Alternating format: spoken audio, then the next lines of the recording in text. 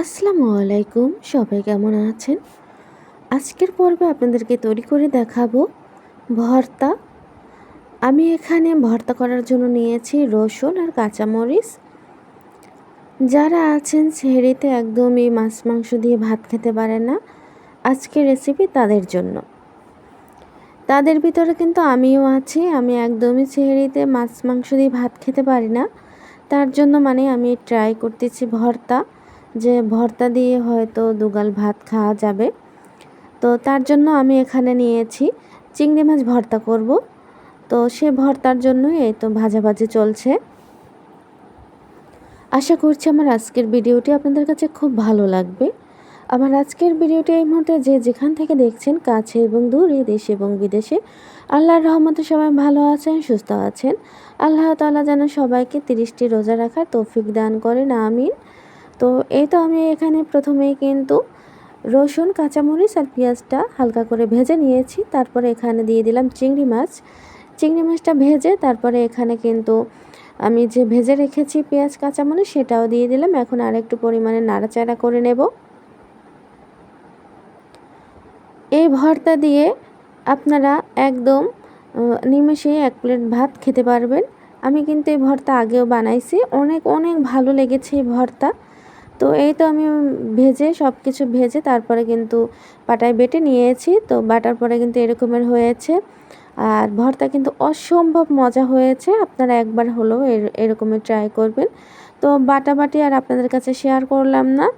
তো এখন আমি আপনাদেরকে তৈরি করে দেখাবো চিংড়ি মাছ ভুনা, একদম দেশি চিংড়ি মাছ ভুনা।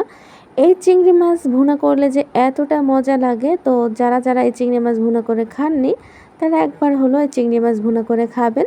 তো চিংড়ি মাছ ভুনা করার জন্য প্রথমে নিয়েছি পেঁয়াজ আর কাঁচামরিচ। আমরা বড় চিংড়ি মাছ সচরাচর খেয়ে থাকি, কিন্তু ছোট চিংড়ি আমাদের ভেজে খাওয়া হয় না। তো আমি বড় চিংড়ি বেশি একটা খেতে পারি না, আমার কাছে ভালো লাগে না। আমার কাছে ছোট চিংড়ি মাছ ভেজে খেতে খুব ভালো লাগে। তো আমি আজকে ছোট চিংড়ি মাছও ভাজি করব ছেড়েতে খাওয়ার জন্য।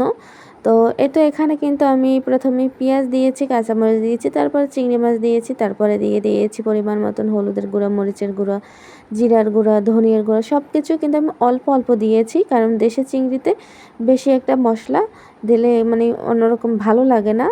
তো আমি এখানে সব কিছু অল্প অল্প দিয়েছি। তারপর আমি সামান্য পরিমাণের আদা বাটা দেব। তো আদা বাটা দিয়ে এখন খুব ভালো করে কষিয়ে আমি চিংড়ি মাছটা ভুনা করে নেব।